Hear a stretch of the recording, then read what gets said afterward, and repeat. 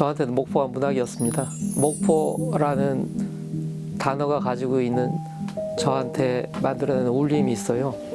그 울림들을 글로 표현하고 싶었고, 그래서 아마 글 쓰는 직업을 선택을 하게 된 것 같아요.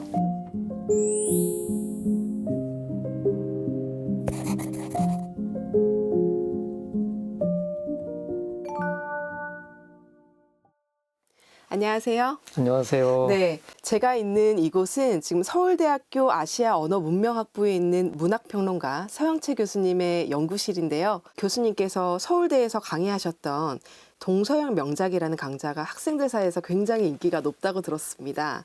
어떤 내용을 담고 있을까요? 글쎄, 인기 있다는 건 좀 과장된 표현 같고요. 제가 주로 가르치는 거는 비교 문학이라서요. 네네. 여러 나라 문학들을 함께 다룹니다. 19세기 프랑스에서부터 21세기 한국까지 포괄해서 여러 나라 작품들을 읽는 그런 수업입니다. 녹음을 풀어가지고 책으로도 내셨잖아요. 이 책의 첫 문장을 보면 책을 읽는다는 것은 누군가의 삶을 들여다보는 것과 같다라고 적혀 있는데 어떤 의미인가요? 여태까지 그 문학 작품들을 다루는 방식은 그냥 문학 작품으로서 다뤘거든요. 문예학이라고 할 수 있을 텐데요. 제가 다뤘던 방식은 그런 거 아니고, 당신들은 왜 책을 또 그 안에서 특별히 문학 작품을 읽느냐, 이 질문을 가지고 구성을 했습니다. 네. 그래서 학생들에게 묻고 써서 제출하게 하고, 또 저도 제 나름대로 답을 해보고, 네.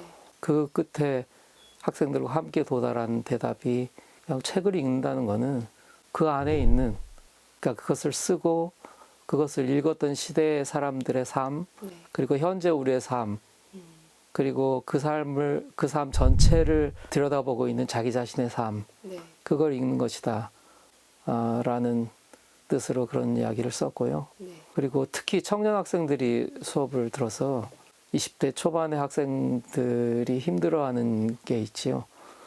그 질문이 있습니다. 누구나 다 알고 있지만 잘 꺼내놓지는 않는 그 질문에 한번 제대로 대답을 해봅시다. 그런 취지의 강의였고, 그래서 그런 문장을 썼습니다.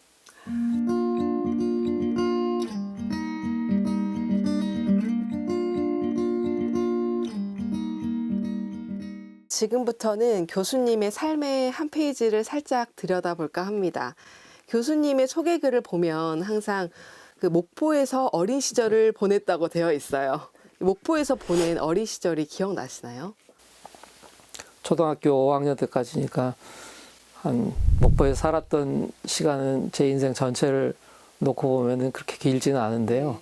저한테 가장 아주 강한 기억으로 남아있는 게 목포의 기억들입니다. 그래서 고향이라는 단어랑 아주 밀접하게 그 결부되어 있는 그런 정서나 느낌, 또 기억, 이런 것들은 다 목포랑 얽혀 있습니다. 초등학교 다니실 때 서울로 이제 유학을 가셨다고 들었는데 그럼 무슨 사연으로 고향을 떠나게 되신 건가요? 너무 개인적인 사연이라서요. 그 사연을 말씀드리기에는 좀 어려울 것 같고요. 네네. 아무튼 야는 서울로 보내야 된다. 그래서 혼자 가시게 되신 거예요? 예, 혼자 외가 당숙집에 네네. 혼자 떠났지요. 제가 철이 없었죠. 그때 제가 그 재밌게 읽던 만화가 맨 전학으로 시작되는 만화였거든요. 그래서 전학 재밌겠다. 나도 한번 가보자 하고 철도 없이 뭔지도 모르고 그냥 서울로 혼자 왔지요. 그러니까 그 고향에 대한 그리움이랄까? 그런 게 조금 더 사무쳤던 것 같고, 향수병 비슷한 것도 알았어요. 그때 유달 국민학교였죠. 네. 조회 같은데 이렇게 운동장에 서면 뒤에 유달산이 보이잖아요. 네. 근데 저 올라와서 다닌 학교가 해화국민학교라는 데였는데, 해화동에 있는 뒤에 북한산이 보입니다. 운동장에 서면은. 그런데 기묘하게 비슷한 거예요. 나 분명히 해화국민학교에 서 있는데 유달학교에 서 있는 거예요. 나중에 지나보고 나니까 그게 향수병이었더라고요. 그때는 몰랐지요. 네. 당신은 왜 이렇게 목포 사람이라는 걸 내세우느냐라고 묻는 사람도 있었는데요. 내가 목포요라고 했던 거는 서울에서 겪었던 어떤 차별 같은 게 있었어요. 네. 나중에 이제 새방살이를 해야 됐는데 뭐 전라도 사람 뭐 운운하고 이런 이야기도 들었고 또 서울 같은 학교 다니는 친구들한테 친구라고 생각했던 자한테 그런 얘기도 듣고 그래서 저는 참을 수가 없었지요. 그래서 내가 목포다. 조심해라. 내 뒤에는 오거리파가 있다. 그 당시 상황으로 봤을 때 오히려 이렇게 조금 숨길 수도 있었을 텐데 이걸 자부심을 가지고 나는 목포 사람이다 이렇게 강하게 의견을 표출할 수 있었던 힘은 뭐라고 생각하신가요? 아, 이거 뭐 성품이 좀 이렇게 별로 착하지가 않고 그걸 저는 목포 기질이라고 네. 생각을 했었는데요. 뭐 목포 사람이라고 다 그런 건 아니고 네. 내 친구들은 다 착합니다.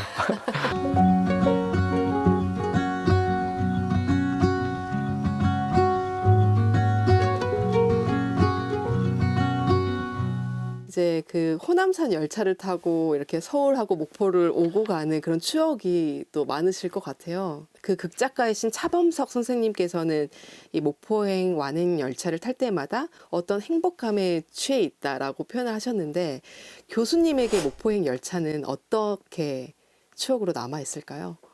집에 가는 길이지요. 네. 목포역 열차는 방학 때 되면은 트렁크를 꾸리고 책과 옷을 챙겨가지고 서울역으로 가서 기차를 탈 때 제일 설레지요. 네. 영산포, 나주 영산포 지나서 아 이제는 이름도 까마득하네. 일로 지나서 임성 지나서 동목포 지나서 목포역으로 굽어서 들어갈 때 그 열차길의 풍경을 저는 잊지 못합니다. 그리고 또 시장통에서 팔던 늘 밖에 솥을 내놓고 그 끓고 있던 김치국밥집 희한하게 그 김치국밥집 냄새 그 국솥 이런 것들이 저한테 기억에 오래 남아 있어요. 그래서 바로 지난 그 9월인가 10월인가 목포에서 그 문학 축제 할 때 내려갔다가 잠깐 저는 제 할 일만 하고 돌아왔는데요. 그때 그 집이 생각이 나서 가봤어요. 아직도 있더라고요. 야, 참 놀랍구나. 아, 그 집이 아직도 그런 목로를 놓고 아직도 영업을 하고 있더라고요. 그냥 평범한 소도시의 풍경이라고 생각할 수 있을 텐데 저한테는 잊을 수 없는 그런 풍경들이지요.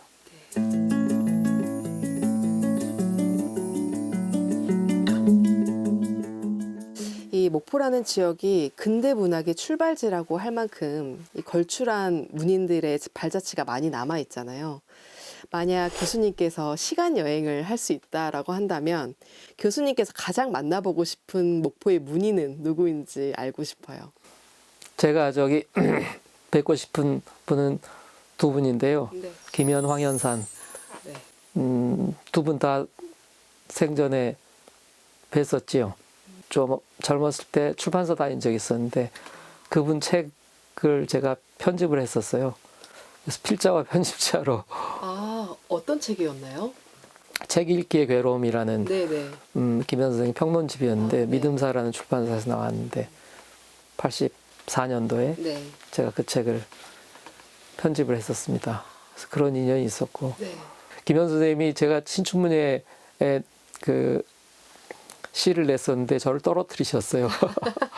그 책을 편집하고 있을 때. 네. 그런데 소문 안 나게 떨어뜨리셨으면 괜찮은데 1등으로 떨어뜨린 게 있잖아요. 마지막 두 개를 놓고 박재삼 시인하고 김현 선생하고 둘이 의견이 갈렸는데 네. 제가 김현 선생이 다른 사람을 밀어가지고 떨어졌어요. 그 신문에 그게 나버렸어요. 그래서 우리 출판사 사장이 그걸 보고 당신 책 편집하고 있는 사람인데 당신이 떨어뜨렸어. 그래서 식견이나 안목에 따라서 떨어뜨리신 거고 저는 뭐 별로 네. 거기에 대해서 불만은 없습니다. 그래서 그 이전으로 한번 뵌 적이 있었고 네. 근데 그 이후로 몇 년 지나지 않아서 돌아가시는 바람에 따로 뵐 기회는 없었어요. 황현선 선생님은 김현 선생님에 비해서는 그래도 술을 누리셨고 마지막 돌아가시기 전에 병원에 찾아뵙고 또 말씀도 나누고 그랬는데 두 분 다 한 번도 목포에 대해서는 얘기를 안 했었어요. 그래서 두 선생님하고 같이 목포 옛날 당신들 사셨던 동네 또 저 살았던 동네 돌아다니면서 자주 가시던 술집 그런 데도 한번 가보고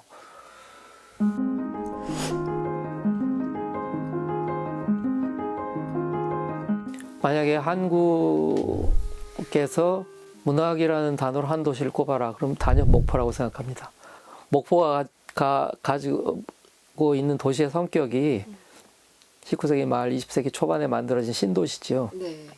상업적으로 번성했던 데라 당연히 그 돈도 사람도 모일 수밖에 없고 이제 그런 데서 예술이 자라나니까요. 네. 근데 또 하나 특이한 거는 그렇게 번성한 도시들은 많은데 목포는 일제시대 때 번성했던 도시라 그래서 묘한 센티멘탈리즘이 있는 거예요. 목포 안에 번성했을 때조차도.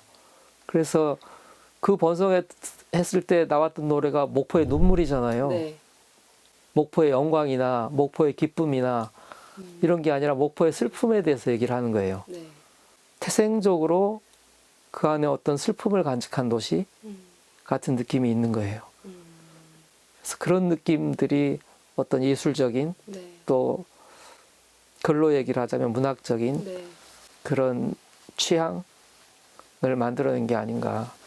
사실 목포가 문인을 많이 배출했다고 하지만은 다른 큰 도시들에 비하면 목포만이 그렇다라고 얘기를 하기는 힘들지요. 그렇지만은 목포라는 도시 자체가 저는 제 느낌으로는 너무 문학적이에요. 그래서 시간이야말로 최고의 예술가인데 그 시간 탄 흔적들을 보여주는 게 폐허거든요. 몰락해가는 것, 또 영락해버린 것, 지금 현재 쇠락해가고 있는 이런 느낌들이 있는데 목포에는 그게 있어요. 목포라는 이름 자체가 그렇고 식민지 시대 때 만들어진 도시라는 것도 그렇고 그런데 그 느낌이 가지고 있는 고유한 예술성이 있죠. 이걸로 그쳐버린다면은 저는 아닌 것 같고 젊고 건강한 낭만과 이런 그 몰락해가는 낭만이 가지고 있는 예술적인 느낌을 하나로 결합시킬 수 있으면은 요새는 성수동 이런 데도 공장지대였던 데를 도심 재생 사업을 통해서 젊은 사람들이 몰려 들어가서 주로 예술가들이지요. 작업실이 필요한 예술가들. 그런 사람들이 들어가서 살려내고 아주 힙한 데가 되지요. 대한민국에서 목포가 아닐까. 그런 힙함을 만들어낼 수 있는 데가 저는 그 선창 부둣가 원금동 대만동까지 여기 가면은 아주 싸한 느낌이 있거든요. 제 친구를 목포 사람 아닌 친구를 데려갔을 때도 저랑 비슷하지는 않겠지만 그 비슷한 느낌을 받는 것 같더라고요. 그리고 옛날 일본식 주택들이 주는 또 그 기묘한 느낌들이 있고 이런 것들을 잘 살리면은 진짜 힙한 공간이 될 수 있지 않을까. 그래서 목포를 대표하는 어떤 행사나 프로그램으로 문학을 선택한 것은 저는 아주 탁월했다고 생각을 하고요. 조금 더 큰 규모의 그 축제나 또 안정적으로 문학 프로그램이 유지될 수 있는 그런 기반을 만들어 놓는다면은 많은 문인들이 사랑하지 않을 수 없는 도시가 목포가 아닌가.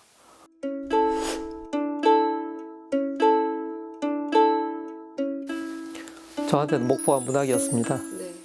그냥 목포라는 단어가 가지고 있는 그 저한테 만들어내는 울림이 있어요. 그 울림들을 글로 표현하고 싶었고 그래서 아마 글 쓰는 직업을 선택을 하게 된 것 같아요.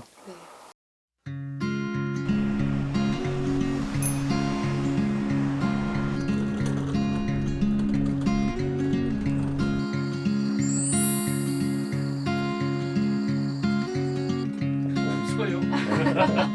네, 그렇게.